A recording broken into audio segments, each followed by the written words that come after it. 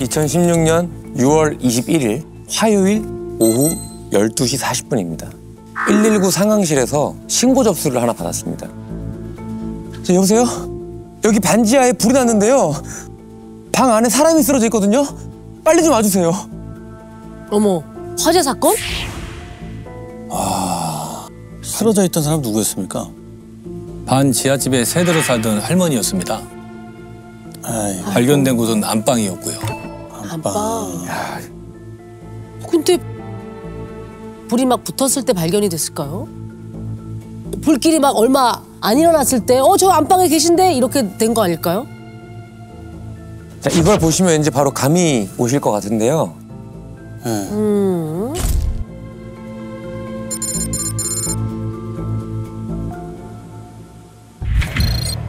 이게 뭐예요? 여기가 이제 주방 겸 거실입니다. 어머! 여기만? 여기가 안방인데요. 그림이 상당하네. 바닥이 온통 재로 까만데요?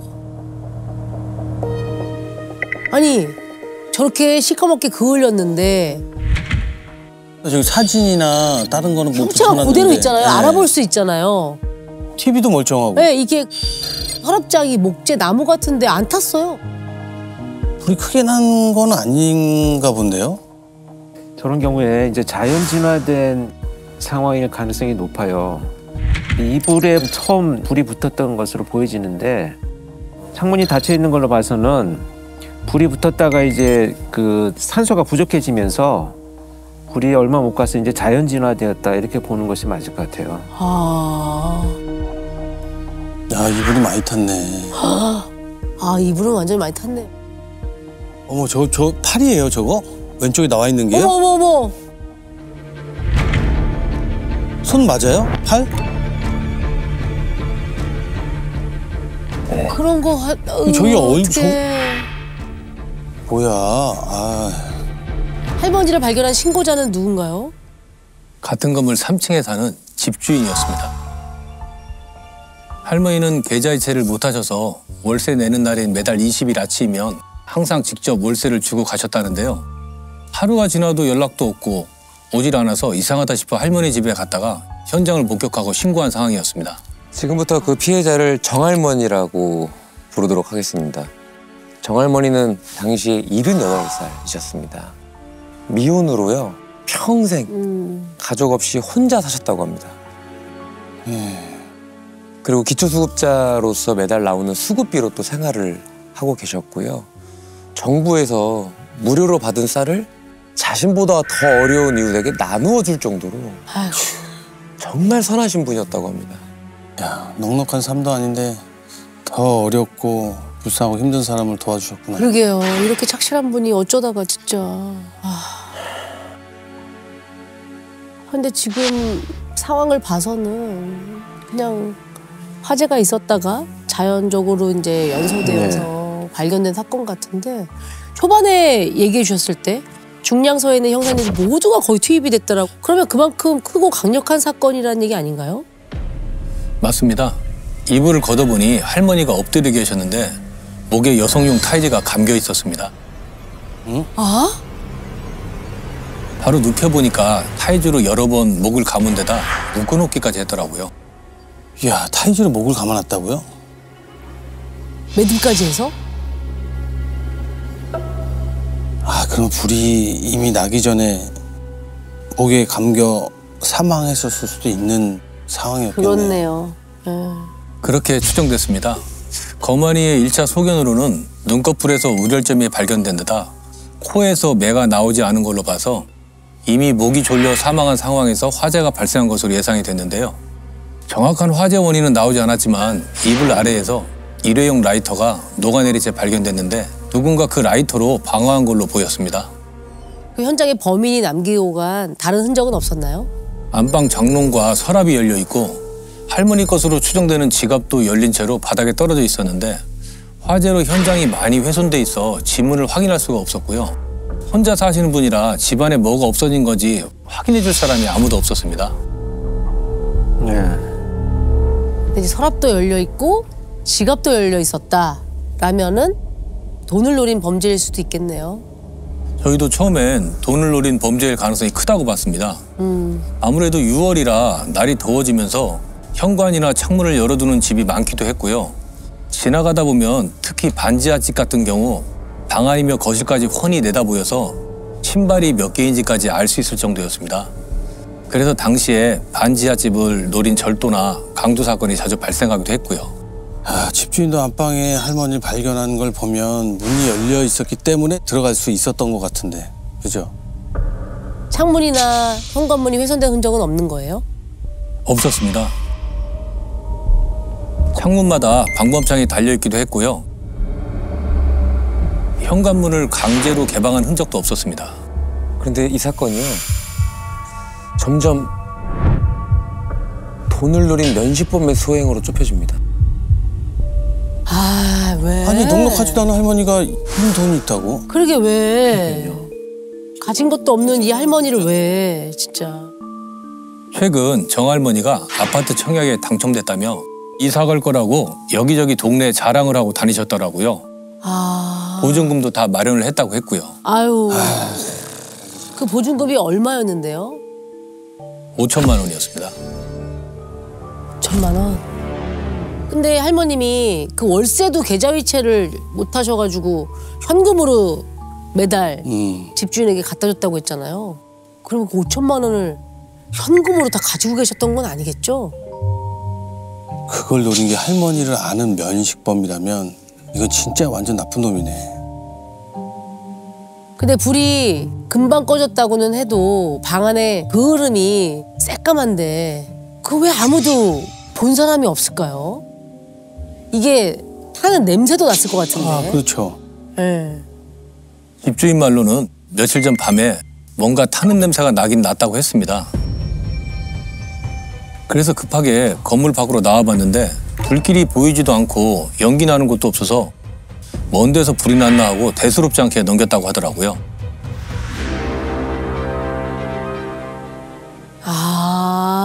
나가보긴 한 거죠. 그 냄새를 맡긴 맡았네요. 그때가 언제였는데요? 신고하기 5일 전인 6월 16일 밤이었습니다. 어머. 근데 할머니가 휴대전화 없이 집 전화만 쓰셨는데 마지막 통화 기록을 보니 그건 역시 16일 밤이더라고요. 그때가 밤 9시 58분경이었고요. 할머니가 전화한 게 맞다면 그 시간까지는 살아 계셨던 것 같은데요. 그 전화를 마지막으로 뭔 일이 벌어졌다는 거 아니에요? 그 사람은 누구였어요? 인천에 사는 40대 남성이었는데요. 이상했던 건 몇 달치의 통화 내역을 살펴봐도 이전에 단 한 번도 할머니와 통화한 기록이 없는 번호였습니다. 도대체 누구죠? 일단 할머니와 마지막 통화를 한 40대 남성이 16일에 동네에 왔는지 기지국 위치를 확인해 보기로 하고 할머니 집 주변에 설치된 CCTV를 전부 회수해서 16일 밤부터 신고가 접수된 21일 오후 12시 40분 이전에 찍힌 영상도 찾아보기로 했습니다. 그러면 CCTV에서 뭐가 좀 나왔습니까? 할머니 집 대문을 비추는 CCTV가 있긴 있었는데 20초마다 방향을 바꿔가며 녹화가 되는 데다가 대문 앞 가로등 때문에 누가 집으로 들어가고 나와도 딱 반 정도만 보여서 누군지 특정하는 데 시간이 꽤 걸릴 것 같더라고요. 그 무렵에 할머니의 부검 결과가 나옵니다. 사인은 뭐 예상대로 경부 압박 질식사였는데요. 근데 이상하게 할머니 갈비뼈가 성치 않았습니다. 네. 오른쪽 8대, 왼쪽 7대 모두 부러져 있다고 합니다. 야, 그러면 양쪽 갈뼈가 부러져 있었던 거면 누가 폭행을 했다는 건데? 심하게. 근데 어떻게 갈비뼈만 부러지죠? 갈비뼈가 양쪽에 12개씩 24개가 있어요. 15개면 정말 교통사고가 나도 정면으로 아주 강하게 부딪히지 않으면 그 정도 부러지지 않습니다. 뭐 저항도 없는 상태에서 아주 큰 외력이 있어야만 나올 수 있는. 야, 마지막에 얼마나 고통스러워. 할머니가 시신으로 발견된 지 이틀째 사건을 풀 수 있을 만한 아주 결정적인 제보가 들어옵니다.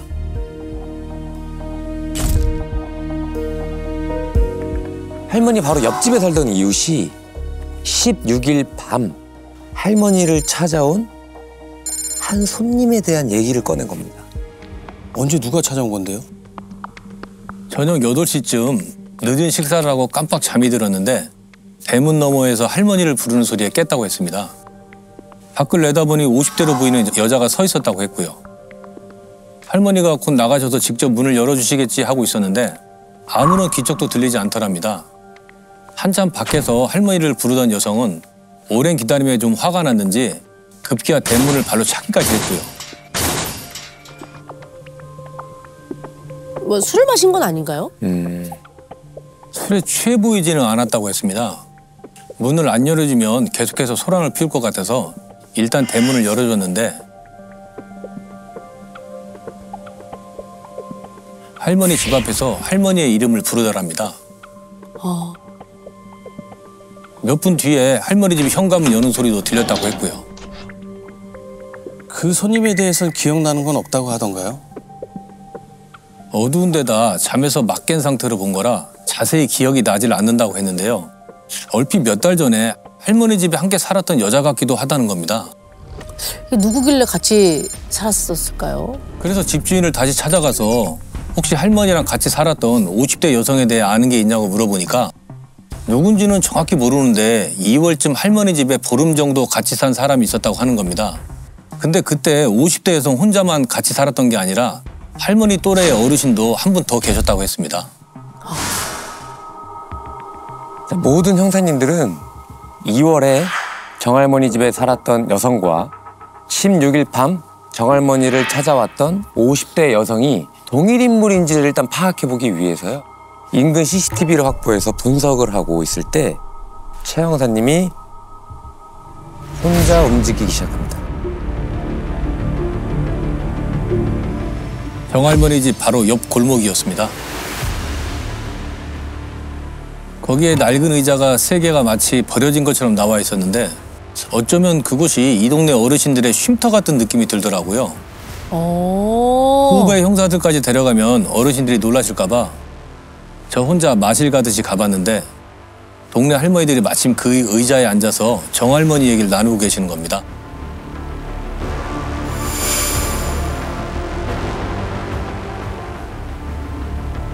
무슨 얘기를 하고 계셨는데요? 갑자기 변을 당했다며 안타까워하고 계셨습니다. 그래서 제가 혹시 정할머니 집에 드나들던 사람이 있었냐고 여쭤보니까 한 할머니가 2월쯤에 여자 둘이 와서 그 집에 살았다는 얘기를 하시는 겁니다. 아, 그 상황을 기억하고 계신 분이 있네요. 근데 그때 정할머니가 굉장히 힘들어했다는 얘기를 하시더라고요. 그 두 사람이 누군지에 대해서도 알고 계시던가요? 이름이나 이런 건 정확히 모르고 정할머니의 친구랑 그 친구의 딸이 잠시 얹혀 살았던 거라고 하셨습니다.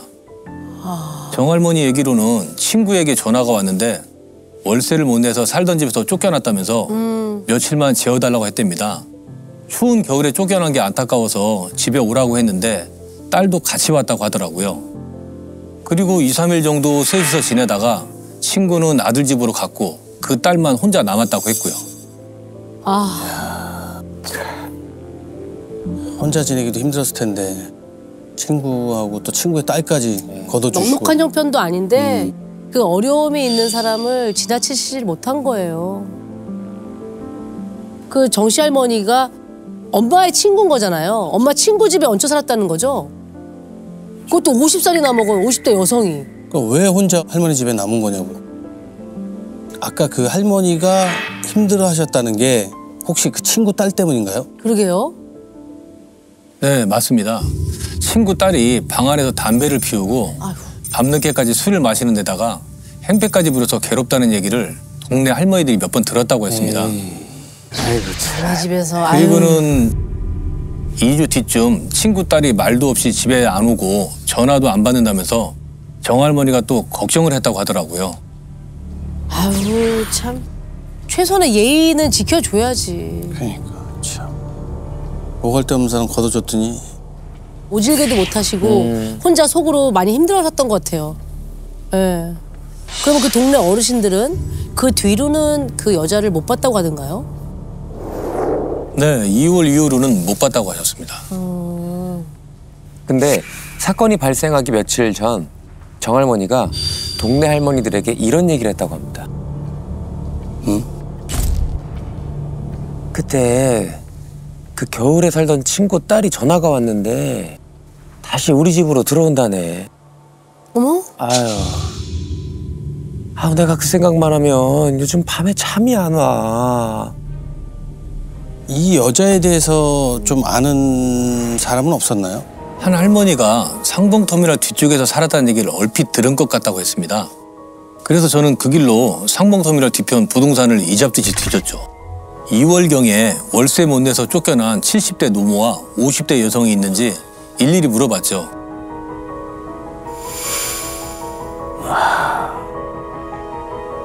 근데 진짜 있더라고요. 이야, 진짜 대단하시다. 그걸 찾아내셨어요? 그 단서만으로? 대단하시다 정말.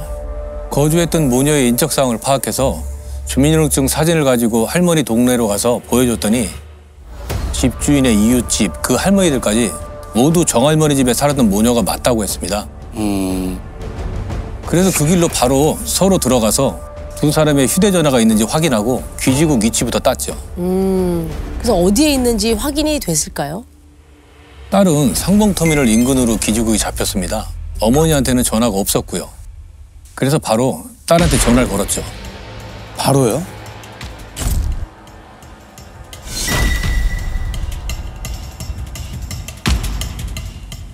아니 경찰에서 수사하는 걸 알고 도망갈 가능성도 있잖아요. 터미널이고. 네. 이미 귀지국 잡힌 곳에 탐문을 보내놓고 전화를 한 거였습니다. 아, 전화해서도 길게 얘기 안 하고 정할머니가 돌아가셨는데 알고 있냐 했더니 몰랐다고 했습니다. 어머니랑 친하게 지내셨다는데 부고 소식이라도 전해야 하지 않겠냐. 혹시 어머니 어디 계시냐 했더니 자신은 가족들이랑 연락을 끊고 살아서 엄마가 어딘 줄 모른다고 하더라고요. 자기 어려울 때 도와준 엄마의 친구분이잖아요. 그런 분이 돌아가셨다는 소식을 들었으면 아니 어떻게 하다가 랄지 뭐 빈손은 어딘가요? 뭐 장례식장은 있나요? 뭐 그렇게 나오는 게 정상인데 그럼 반응이 좀 이상하긴 하네요. 진짜 이해가 안 돼요. 그래서 시치미를 뚝 떼고 정할머니 지인분들을 일일이 만나고 있는데 지금 어디에 계시냐. 계신 곳으로 찾아갈 테니 잠깐 얘기 좀 하자고 하니까 지방에 있다고 하면서 전화를 급히 끊는 겁니다. 그리고 바로 전원을 꺼버렸고요. 맞습니다. 그래서 수사팀은 이 여성을 유력 용의자로 보고 상봉터미널 주변을 샅샅이 뒤집니다. 그리고 그때 최 형사님이 또 어디론가로 움직입니다.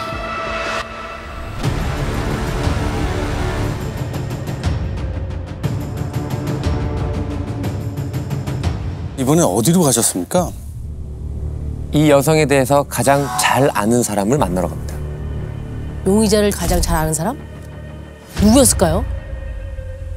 용의자에게는 위로 언니가 있고 아래로 남동생이 있었는데요. 그나마 연락을 종종 했던 걸로 확인되는 언니를 찾아간 거였습니다. 만나자마자 여동생 때문에 찾아왔다고 했더니 안 그래도 며칠 전에 갑자기 전화 와서 집 앞에 갈 테니 돈을 좀 빌려달라고 했다더라고요. 돈을 빌려달라고 했다고요? 그래서요? 예전부터 여동생이 돈 때문에 말썽을 많이 피우고 자신의 뜻대로 안 되면 행패를 하도 부려서 그날도 이것밖에 없다면서 지갑에서 25,000원을 꺼내서 줬다고 하더라고요. 그때가 21일 저녁 7시쯤이라고 했습니다. 정할머니 시신이 발견된 날 아닙니까? 그날이죠. 다른 얘기는 없었고요? 네, 평소처럼 돈만 받아갔다고 했습니다. 그래서 그날 여동생이 뭘 입고 있었는지 물어보고 상봉터미널 주변을 탐문 중인 형사들에게 전달했죠. 그리고 언니한테 남동생에게 전화를 걸어보라고 했습니다. 남동생한테도 찾아갔는지 확인해 보시려고? 아닙니다. 정할머니가 마지막으로 통화한 인천 40대 남자가 용의자의 동생이었습니다. 남동생이 뭐라고 답했을까요?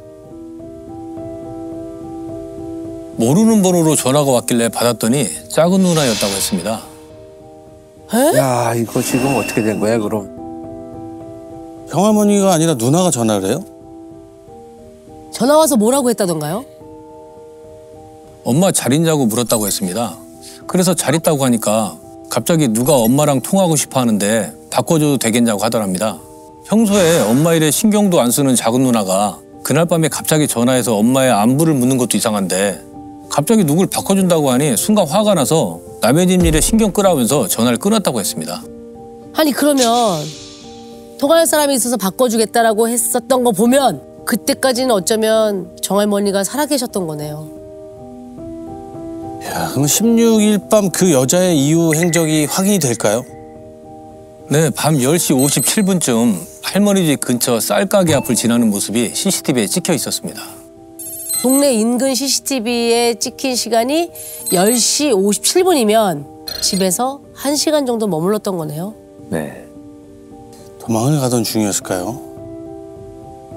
그게 좀 이상했던 게 정할머니를 죽였다고 하면 멀리 도망갈 법도 한데 근처 삼겹살집에 들어가더라고요. 더 황당했던 건 삼겹살집 주인에게 이 여자 사진을 보여주니까 혼자 술 마시러 온 게 기억이 난다면서 그날 옆 테이블 남자들이랑 합석을 해서 삼겹살과 소주를 마시면서 2시간 정도 웃고 떠들다 갔다고 하더라고요. 게다가 마지막에 계산하면서 10만 원을 내더니 휴대전화 요금을 좀 대신 내달라고 했답니다. 아니 고깃집 사장님한테요? 10만 원을 내면서 휴대전화 요금을 내달라고 했다고? 자기가 내면 되지 그걸 왜 부탁해? 그러니까요. 그리고 이 10만 원이면 이 사람한테 되게 큰 돈 아니에요? 왜냐면 언니한테 2만 5천 원 받아갔잖아요. 돈이 없었을 텐데. 그럼 정할머니 집에서 훔친 돈이라고 생각이 좀 들긴 합니다. 그렇죠. 아, 그래서 이 여자는 찾았나요? 상봉터미널 인근 모텔을 수색하던 형사들이 찾아냈습니다. 검거 당시엔 모텔 침대에 누워서 자고 있었다고 했고요. 아니, 갈 데 없고 자신을 걷어준 고마운 사람한테 도대체 왜 이런 짓까지 하면서 죽인 걸까요? 처음부터 죽일 생각은 없었다고 했습니다. 아이, 똑같은 말이네.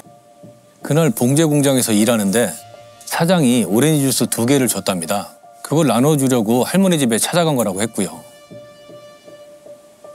말도 안 되는 소리 하고 있네 정말. 주스를 주러 갔으면 주스를 주고 오면 되지. 그러니까. 이것도 주스 주러 간 것도 다 거짓말일 거 아니에요. 대문을 발로 차고 막 그랬잖아요. 네. 잠들었던 앞집 사람이 깰 정도로 문을 발로 찼는데 그리고 연락을 하면 되지. 무작정 거길 왜 찾아갑니까? 평소에는 할머니한테 먼저 전화해서 허락을 받는데 그날은 휴대폰 발신이 정지돼 있어서 무작정 찾아간 거라고 했습니다. 또 헛소리 하네. 핑계를 대는 거죠. 말이 되는 소리 해야지. 집에 들어가 소주를 마시고 있는데 정할머니가 엄마 잘 있냐고 물었답니다. 그래서 남동생과 전화 연결을 시켜줬는데 전화를 끊더니 자식들이 왜 엄마를 안 챙기냐면서 머리를 2대 때렸답니다. 그게 기분이 나빠서 서랍장을 뒤져 손에 잡히는 걸로 TV보는 할머니의 목을 졸랐다고 했고요. 아유. 그게 타이즈였는지는 몰랐다고 했습니다. 진짜 미친 거네 정말. 그렇게 쓰러진 정할머니가 돈 줄 테니까 그만하라고 했답니다. 그 할머니가 양쪽 갈비뼈가 15대나 부러졌잖아요. 네. 폭행이 있었던 거예요? 폭행은 절대 없었고 정할머니의 목을 조르면서 상체에 앉았을 때 부러진 것 같다는 황당한 주장을 하더라고요. 근데 범인은 키도 작고 상당히 왜소한 편이었습니다. 아무리 힘을 줘 앉았다고 해도 갈비뼈가 모조리 부러질 수가 없거든요. 아이, 그거는 말이 안 되는 거지. 말도 안 돼. 얼마나 무서웠겠어. 게다가 불을 지른 적도 없다고 주장했습니다. 근데 검거 당시 압수한 바지에 불에 탄 흔적이 있었고요. 여자가 신고 있던 왼쪽 신발바닥에서 탄화흔이 발견됐습니다. 아, 다 거짓말. 같이 방에서 대화하다가 살해했다면서요. 예. 그럼 신발을 신고 있지 않았을 텐데 그쵸. 그렇죠. 방 안에 있으니까. 어떻게 신발 바닥에 탄화흔이 있는 거죠? 이런 경우라고 봐야 되겠죠.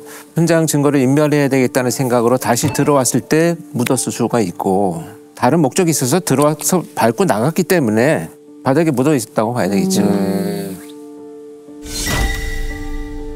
감식 결과를 말해주니까 진술을 바꿔서 술을 마셔서 기억이 안 난다고 하더라고요. 아하, 참. 끝까지 그냥.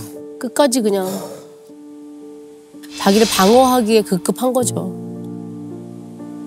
근데 이거는 할머니가 무시를 할 리도 없었을 거니와 홧김에 그렇게 죽인 것 같지 않거든요.